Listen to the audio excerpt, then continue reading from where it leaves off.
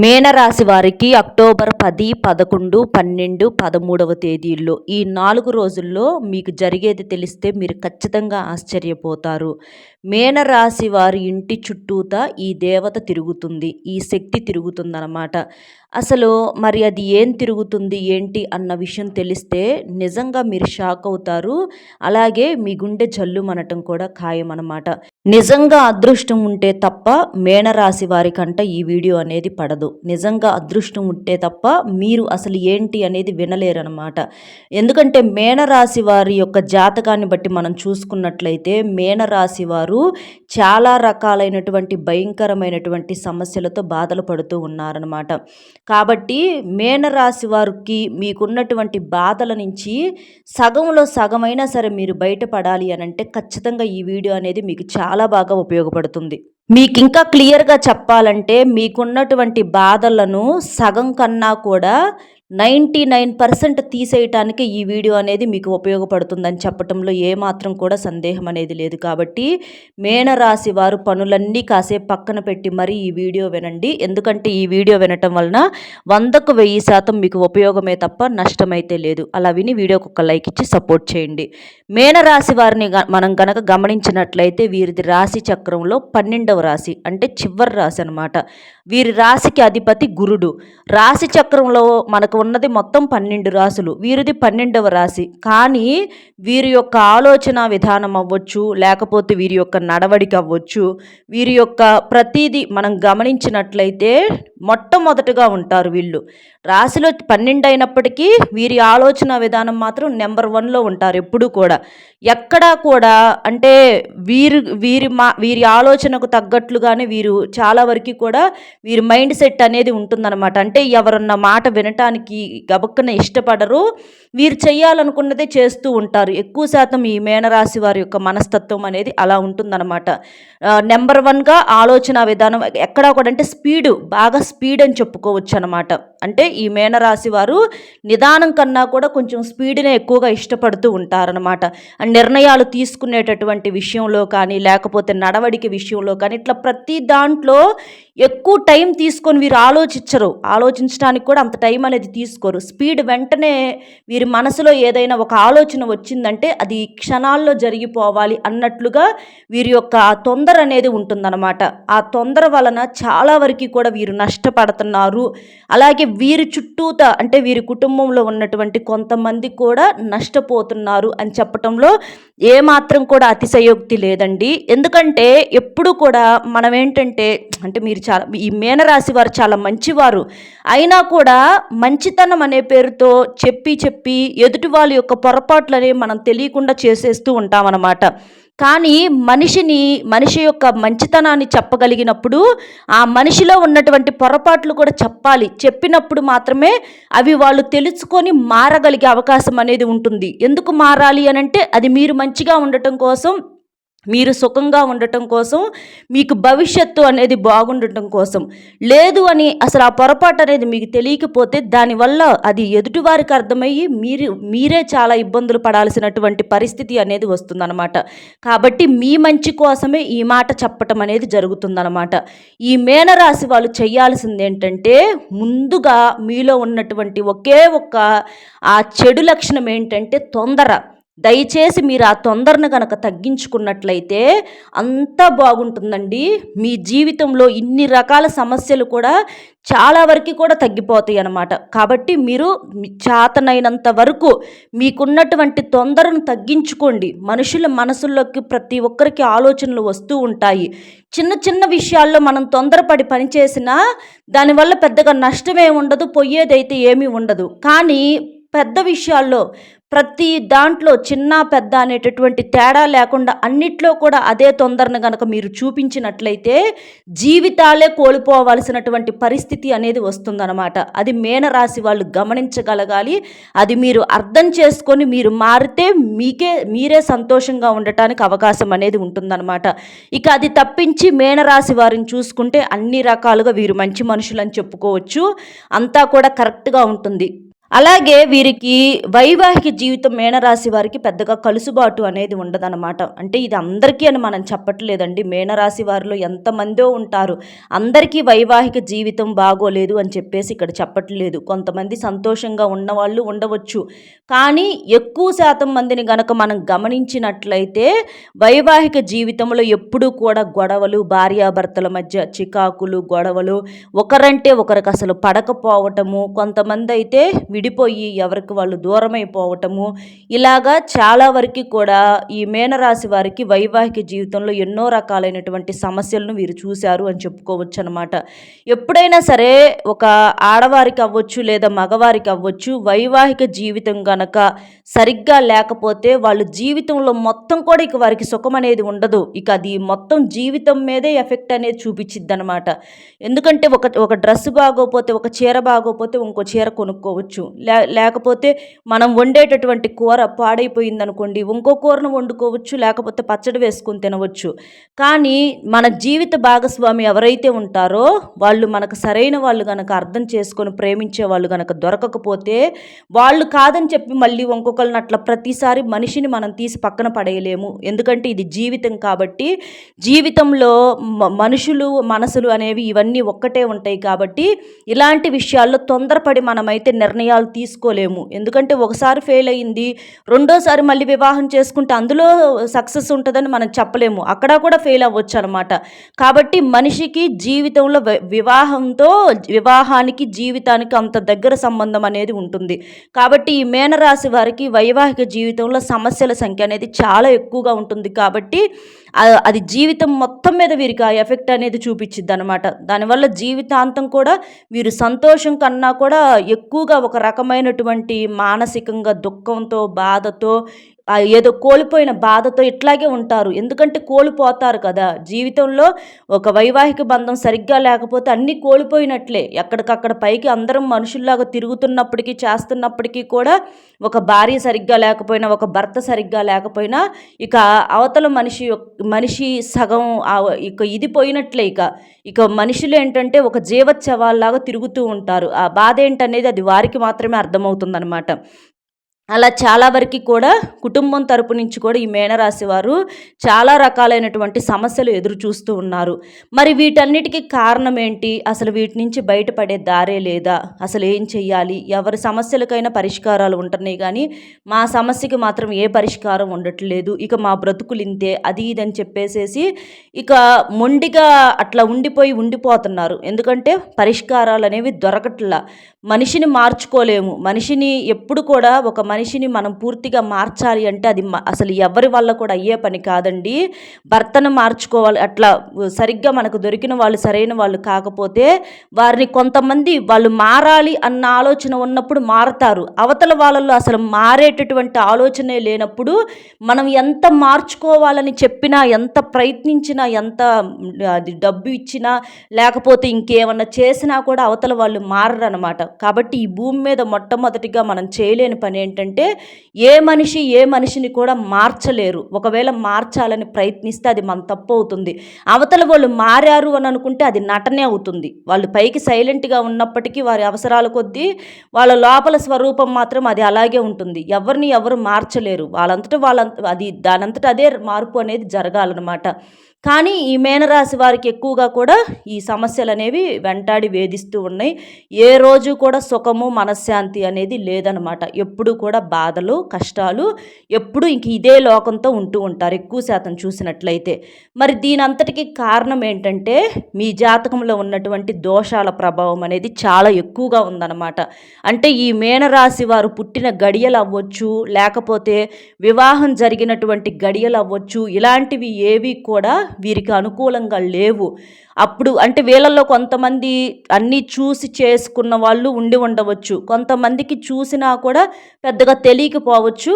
కొంతమందికి ఏంటంటే ఒక్కొక్కసారి ఏదన్నా పరిహారాలు చేయాలి, ఏదన్నా పూజలు చేయాలనుకున్నా కూడా అవి కూడా పక్కన పెట్టేసి ఉండవచ్చు. అవేంటంటే అవి పెరిగి ఆ దోషాలు అనేవి ఇవాళ రోజున పూర్తిగా వీరి జీవితంలో అన్నీ కోల్పోయేటట్లుగా చేసేస్తున్నాయి అన్నమాట. ఆ దోషాల విషయానికి ఏంటి అనంటే, ముఖ్యంగా ఈ మీనరాశి వారికేంటంటే, నాగదోషాలు అనేవి చాలా ఎక్కువగా ఉంది. వీరి జాతక పరంగా చూసుకుంటే, నాగదోషం అనేది చాలా ఎక్కువగా ఉందన్నమాట. ఈ నాగదోషం వల్ల ఈ మీనరాశి వారికి వైవాహిక జీవితం అంతా కూడా ఇబ్బందిగానే ఉంది. భార్యాభర్తల మధ్య సఖ్యత లేకపోవటానికి కారణం ఈ నాగదోషమేననమాట. ఈ నాగదోషానికి వీళ్ళు పరిహారాలు చేసుకోవాల్సింది వాళ్ళు చేయకుండా అప్పటినుంచి తెలిసి కావచ్చు, తెలియక పట్టించుకోకపోవటం వల్ల కావచ్చు. అంటే తెలిసి కాదండి, తెలిసి ఎవ్వరూ కావాలని చేయకుండా ఉండరు.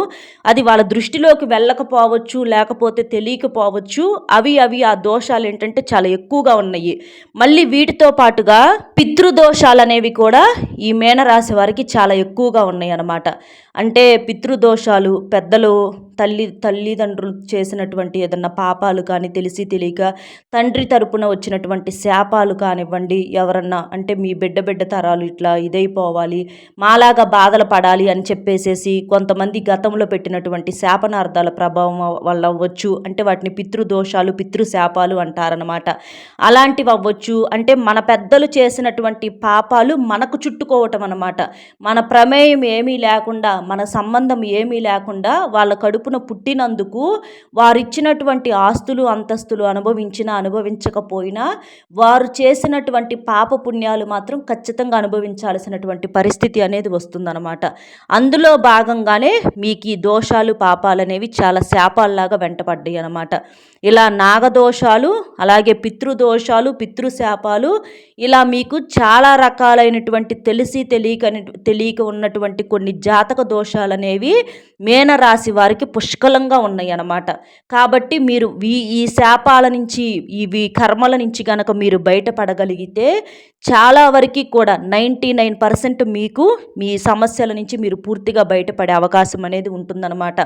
లేకపోతే ఏముందిలేండి, ఇక మేము జీవితంలో అలసిపోయాము, మాకు ఇవన్నీ ఏమీ అవసరం లేదు అని అనుకుంటే ఇక మీకు మిగిలిన జీవితం అంతా కూడా అలాగే నరకం. ఇంకా అంటే సమస్యలు అనేవి ఎలా ఉంటాయి అంటే ఇంకా పెరిగి వాటిని చివరికి మనం ఏదైనా చేయాలన్నా కూడా మన వల్ల కాని పరిస్థితి, చివరికి అవి మనల్ని ముంచేస్తాయి అన్నమాట. అంత భయంకరంగా ఉంటాయి. కాబట్టి ఎప్పుడైనా సరే వాటికి సంబంధించి కొన్ని మనం చేసుకోవాలి. చేసుకోకపోతే మాత్రం ఇంకా మానసికంగా శారీరకంగా అన్ని రకాలుగా మీరు ఇబ్బంది పడాల్సినటువంటి పరిస్థితి అనేది వచ్చిందనమాట.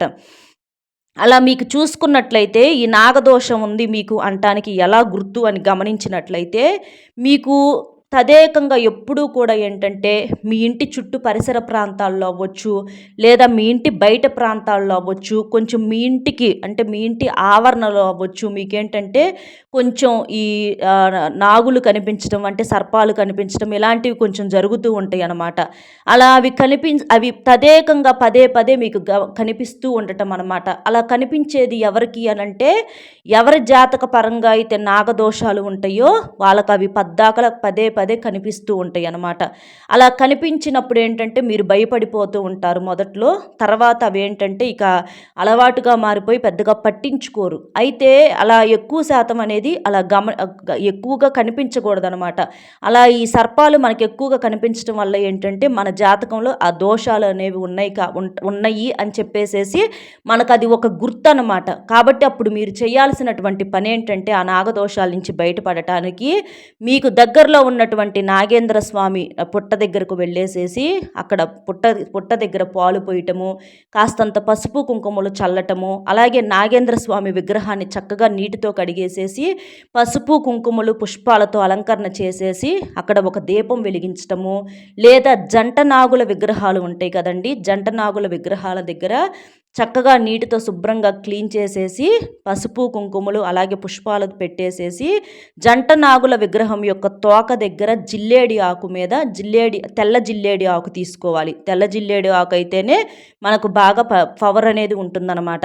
ఆ ఆకు తీసేసుకొని దాని మీద కాస్తంత పసుపు రాసి కుంకుమ బొట్టు పెట్టేసేసి ఒక చిన్న బెల్లం ముక్కను పెట్టేసేసి అలాగే ఈ జంట నాగుల విగ్రహం ముందల ఒక దీపం అనేది మీరు వెలిగించాల్సి ఉంటుందన్నమాట. 2 అరటి పండ్లు పెట్టేసేసి ఇలా చేసి ఒక కొబ్బరికాయను కూడా కొట్టండి. ఇలా చేయటం వల్ల ఏంటంటే మీకు ఈ జంట నాగుల విగ్రహాల దగ్గర ఇలా దీపం వెలిగించటం వలన, అలాగే పుట్ట దగ్గర పాలు పోయటం వలన, ముఖ్యంగా మీరు మనకి నాగేంద్ర స్వామి పండగొస్తుంది కదండీ! అప్పుడు ఆ సమయంలో తప్పనిసరిగా పాలు పొయ్యాలి. ఇంకా మీకు కుదిరితే ఆదివారాలు ఎప్పుడైనా చక్కగా గుడికి వెళ్ళటము, ప్రదక్షిణలు చేసుకోవటము, ఇలా మీకు కుదిరినప్పుడల్లా కూడా ఇలాంటి దీపం వెలిగించడం మనం చెప్పిన నియమాలను ఆచరిస్తూ ఆదివారమైనా వెళ్ళొచ్చు, లేదా మంగళవారమైనా వెళ్ళవచ్చనమాట. ఇలా చేయటం వలన మీకు మీ జాతకంలో ఉన్నటువంటి నాగదోషం అనేది పూర్తిగా బయటికి వెళ్ళే అవకాశం అనేది ఉంటుంది. ఇలా మీరు ఎన్ని రోజులు చెయ్యాలి, ఎన్ని వారాలు చెయ్యాలి అనంటే మీరు 4 ఆదివారాలైనా చేయండి, లేదా 4 మంగళవారాలైనా చేయండి. ఇలా ఆదివారం కానీ మంగళవారం కానీ 4 వారాలు చేయండి. ఇది మీరు ఆడవారైనా చేసుకోవచ్చు, మగవారైనా చేసుకోవచ్చు. ఇబ్బంది అయితే ఏమీ లేదనమాట. అయితే మీరు మధ్యలో చేసే సమయంలో ఏదన్నా అడ్డంకులు వచ్చినాయి అనుకోండి, ఆ వారానికి ఆపుకొని మీరు తర్వాత వారం చేసుకోవచ్చు. ఇలా ఈ 4 వారాలు మీకు ఆదివారం కానీ మంగళవారం కానీ చేసుకోండి. చేసేటప్పుడు కూడా నియమనిష్టలనేవి ఆచరించాలి. ఇంటిని వాకిలిని శుద్ధి చేసుకొని, ఇంట్లో దీపారాధన చేసుకొని, తర్వాత ఇక్కడ మీరు గుడికి వెళ్ళి అట్లా చేయాలన్నమాట. అంటే ఇంటిని శుద్ధి చేసుకొని ఆ రోజున ఇంట్లో మాంసాహారం అనేది వండకూడదు. కోడిగుడ్డు కూడా వండటం కానీ తినటం కానీ చేయకూడదు. నలుపు రంగు బట్టలు అనేవి వేసుకోకూడదు. ఇలాంటి నియమనిష్టలు తప్పనిసరిగా ఆచరించాలి. భార్యాభర్తలు బ్రహ్మచర్యం పాటించాలి. ఇలాంటివి చేసి తలకు నూనె రాసుకోకూడదు. తలస్నానం చేయాలి. ఇలాంటి నియమాలతో ఇంటిని వాకిలిని శుద్ధి చేసుకొని మీరు చేసే ఆ 4 వారాలు అనేవి చేయాలన్నమాట. అలా చేయటం వల్ల ఏంటంటే మీ జాతకంలో నాగదోషం అనేది పూర్తిగా పోతుంది. నాగదోషం ఉంచుకుంటే మాత్రం చాలా ఇబ్బందులు పడాల్సినటువంటి పరిస్థితి అనేది వస్తుందన్నమాట. అలాగే ఇంట్లో కూడా శివపార్వతుల యొక్క పటం ముందల కూడా తప్పకుండా దీపం అనేది వెలిగించండి. ఇలా చేయటం వలన మీకు ఆ సమస్య అనేది క్లియర్ అయిపోతుంది. తర్వాత ఇంకా మీకు శక్తి ఉంటే సోమవారాలు కూడా 4 సోమవారాలు మీకు దగ్గరలో ఉన్నటువంటి శివాలయానికి వెళ్ళేసేసి, లేకపోతే అసలు మాకు నాగేంద్ర స్వామి పుట్ట మాకు అందుబాటులో లేదు, దగ్గరలో లేదు అనుకున్న వాళ్ళు, అలా అది అందుబాటులో లేకపోతే ఇట్లా మీరు 4 సోమవారాలు శివాలయానికి వెళ్ళేసైనా సరే శివుడి అంటే శివలింగం దగ్గర ఏంటంటే పాలతో కానీ నీటితో కానీ అభిషేకం చేసేసి శివుడి దగ్గర ఒక దీపం అనేది వెలిగించి అక్కడ మీరు స్వామివారికి నమస్కారం చేసుకొని అక్కడైనా సరే ఓం నమ శివాయ అనే మంత్రాన్ని జపించుకుంటే, ఎందుకంటే మనకు శివుడి మెడలో కూడా నాగేంద్రుడు ఉంటాడు కాబట్టి అలా చేసినా కూడా మీకు సమస్య అనేది చాలా వరకు కూడా తగ్గే అవకాశం అనేది ఉంటుందన్నమాట.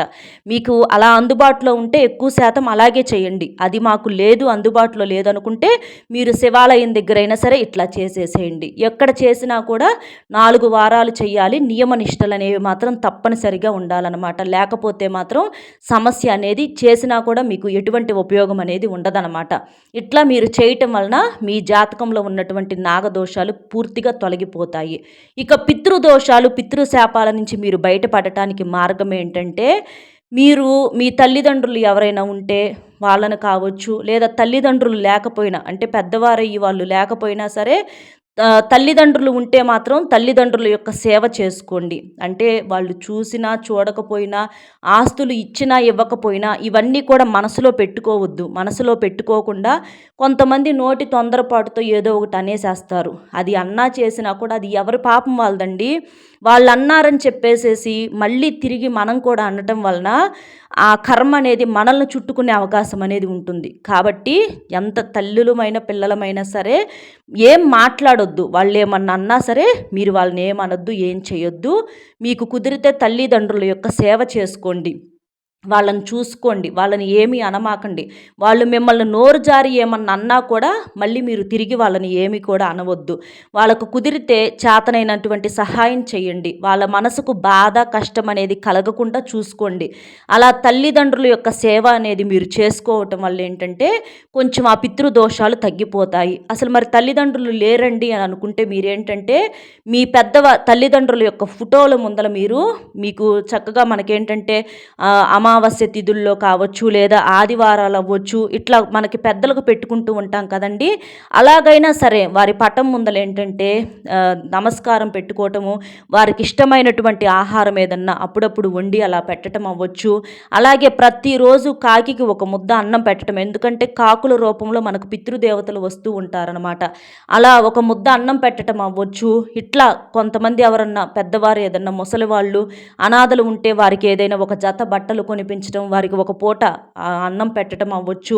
ఇలాంటివి చేయటం వల్ల ఏంటంటే మీకు పితృదోషాలు, పితృశాపాలను వాటి నుంచి కూడా పూర్తిగా బయటపడగలుగుతారనమాట. ఇలా మీ జాతకంలో ఈ దోషాలనేవి పోతే మీకు మీ సమస్యల సంఖ్య అనేది పూర్తిగా 99% క్లియర్ అయిపోతుందన్నమాట. మీకు ఈ మానసికంగా ఈ నరకం ఏదైతే ఉంటుందో అది తప్పుతుంది. అలాగే మీనరాశి వారు ఏంటంటే కొంచెం మాట తొందరండి. గబక్కున ఎవరినైనా సరే వారికి ప్రేమ వస్తే వారి పొగడతలను తట్టుకోలేమన్నమాట. అంటే అవతల వాళ్ళని బాగా పొగుడుతారు. వారికి అభిమానం ఏర్పడినా, ప్రేమ ఏర్పడినా అవతల వాళ్ళని పొగడతలతో ముంచెత్తుతారు. ఒక బై మిస్టేక్ మీనరాశి వారికి గనక కోపం గనక వచ్చిందంటే అవతల వాళ్ళ మీద, వాళ్ళని చాలా తిడతారనమాట. అంటే ఇది అందరని మనం చెప్పమండి, కాకపోతే తెలిసిన దాని ప్రకారం, మాకు తెలిసిన అనుభవం ప్రకారం చెప్తున్నామన్నమాట. వారికి కోపం వస్తే నిజానిజాలు తెలుసుకోకుండా కొంచెం మీనరాశి వారు గబక్కన నోరు జారతారనమాట. అంటే గబక్కన తిడతారు. అంటే వాళ్ళు మంచివాళ్ళు కాకపోవచ్చు, మంచివాళ్ళు అయినా కాకపోయినా తిట్టకూడదు. తిడతం వల్ల ఏంటంటే ఆ కర్మలు మిమ్మల్ని, మీ బిడ్డల్ని చుట్టుకొని వారు నరకం అనుభవించే పరిస్థితి అనేది వస్తుందన్నమాట. తిట్టడానికి మనకు అధికారం లేదండి. ఏ మనిషి తిట్టడానికి కూడా అధికారం అనేది లేదనమాట. వాళ్ళు మంచోళ్ళు అవ్వచ్చు, మంచోళ్ళు కాకపోవచ్చు. అవన్నీ చూడటానికి పైన భగవంతుడు ఉన్నాడు. అవన్నీ మనం చూసి, మనం మాట్లాడి, మనం చెప్పాల్సిన అవసరం లేదు. వాళ్ళు అలా వీళ్ళు ఇలా అని చెప్పేసేసి ఎప్పుడూ కూడా మీకెంత కోపం ఉన్నప్పటికీ కూడా దయచేసి మీరు వారిని నోరు తెరిచి ఎవరిని కూడా తిట్టొద్దు. అవి తిడితే అంటే వాళ్ళకి అవి వాళ్ళు వినరు. వాళ్ళు ఎందుకంటే ఎదురుగా తిట్టరు కాబట్టి, చాటును తిడతారు కాబట్టి అవి వారు వినరు, అవి వాళ్ళకు తగలవన్నమాట. కానీ మీరు తిట్టిన ప్రతి తిట్టు కూడా మిమ్మల్ని, మీ కుటుంబాన్ని, మీ బిడ్డల్ని పట్టి పీడిస్తుందన్నమాట. ఇలా కూడా చాలా వరకు మీరు పాపాలను తెలిసి తెలియని తనంతో తెచ్చుకున్నారు. తప్పు చేశారు, తప్పు చేసినా సరే మీరు మాట్లాడొద్దు అనమాట. అలా కూడా మీరు ఈ చిన్న నియమాన్ని కూడా మీనరాశి వారు కనుక పాటించినట్లయితే మీకు చాలా వరకు కూడా సమస్యల సంఖ్య అనేది తగ్గుతుందన్నమాట. కాబట్టి మీరు అర్జెంటుగా చేయాల్సినటువంటి పనులైతే ఇవి. మీరు ఈ నాగదోషాల నుంచి, పితృదోషాల నుంచి, పితృశాపాల నుంచి, ఇలాగే ఇంకా మీకేమీ మీ జీవితంలోకి ప్రవేశించకుండా ఉండాలన్నా, అలాగే మీకు ఇలాంటి ఏది కూడా చెడు కనిపించకుండా ఉండాలన్నా కూడా తప్పకుండా మీరు ఈ నియమాలనేవి ఆచరించాలి. ఈ 4 రోజుల్లో మీకు ఈ విషయాలనేవి చాలా అద్భుతంగా తెలియటం అనేది ఒక వరం అండి. కాబట్టి మీనరాశి వారి యొక్క జీవితాన్ని మార్చేటటువంటి వీడియోగా మనం ఈ వీడియోని చెప్పుకోవచ్చు. కాబట్టి మీనరాశి వారు ఎన్ని పనుల్లో ఉన్నా సరే తప్పకుండా ఏముందలే అని చెప్పేసేసి పెడచెవిన పెట్టేసేస్తే మాత్రం మీరు చాలా ఇబ్బంది పడతారు. ఇవి ఖర్చు లేని పరిహారాలు. ఇవి మీరు నమ్మినా నమ్మకపోయినా కూడా మీరు చేసుకోవటం వలన మీకు లాభమే తప్ప ఎటువంటి నష్టమైతే ఉండదు కదా. దైవాన్ని నమ్మకపోతే మన యొక్క ఉనికికే గుర్తింపు లేదనమాట. కాబట్టి మనిషి యొక్క జీవితం అనేది నమ్మకంతో ముడిపడి ఉంటుంది. అందులో దైవాన్ని నమ్మకపోతే మనిషికి అసలు విలువ అనేదే ఉండదు. కాబట్టి ఎప్పుడు కూడా ఎవరిని నమ్మినా నమ్మకపోయినా, మనల్ని మనం నమ్ముకోకపోయినా దైవాన్ని మాత్రం ఎప్పుడు కూడా నమ్మాలన్నమాట. అలా కాకపోతే మాత్రం జీవితం నరకమైపోతుంది. కాబట్టి మీనరాశి వారు చేయాల్సిందైతే ఇదండి. అర్థమైంది కదా. మీనరాశి వారి యొక్క అంటే ఇంటి చుట్టూతా ఏ శక్తి తిరుగుతుంది ఏంటి, అసలు మీ జీవితంలో ఈ సమస్యలన్నిటికీ రావటానికి కారణం ఏంటి, అలా మీరు చేసే పొరపాట్లు ఏంటి, అలాగే మీరు మీ జాతకంలో ఉన్నటువంటి దోషాలు ఏంటి, ఇవన్నీ కూడా వాటి నుంచి ఎలా బయటపడాలి ఏంటి అనేది మన వీడియో నచ్చితే ఒక చిన్న లైక్ ఇచ్చి సపోర్ట్ చేయండి. ఎంత విలువైన సమాచారం మీకు తెలియజేసినందుకు. ఎందుకంటే మీరు లైక్ చేయటం వల్ల వీడియో మరికొంతమంది మీనరాశి మిత్రులకు చేరే అవకాశం అనేది ఉంటుంది. అలాగే మీరు లైక్ చేసినప్పుడు కామెంట్స్ దగ్గర హైప్ అనే బటన్ వస్తుంది. అక్కడ క్లిక్ చేస్తే మీ యొక్క పాయింట్స్ అనేవి కూడా యాడ్ అవుతాయి. మీకు తెలిసిన మీనరాశి ఫ్రెండ్స్ ఎవరన్నా ఉంటే వారికి కూడా షేర్ చేస్తే హెల్ప్ అవుతుంది. మొట్టమొదటిసారిగా మన ఛానల్ చూస్తుంటే సబ్స్క్రైబ్ చేసుకుని పక్కనే ఉన్న ఆల్ అనే బెల్ని క్లిక్ చేస్తే నేను పెట్టే ప్రతి వీడియో కూడా ముందుగా మీకు నోటిఫికేషన్ రూపంలో చేరుతుంది. ఇంత విలువైనటువంటి సమాచారం మీకు తెలియజేసినందుకు గాను ఒక్క లైక్ ఇచ్చి సపోర్ట్ చేస్తారని చెప్పి మనస్ఫూర్తిగా కోరుకుంటూ, అలాగే మీ జీవితంలో ఉన్నటువంటి మనకు చెప్పినటువంటి సంబంధితమైనటువంటి అనుభవాలు ఏదన్నా ఉంటే తప్పకుండా కామెంట్ చేయండి. అలా చేయటం వల్ల మీరు మీ యొక్క సమస్య నుంచి పూర్తిగా బయటపడగలుగుతారు. మరొక మంచి విశేషంతో మళ్ళీ కలుద్దామండి. సర్వేజన సుఖినో భవంతు. నమస్కారం.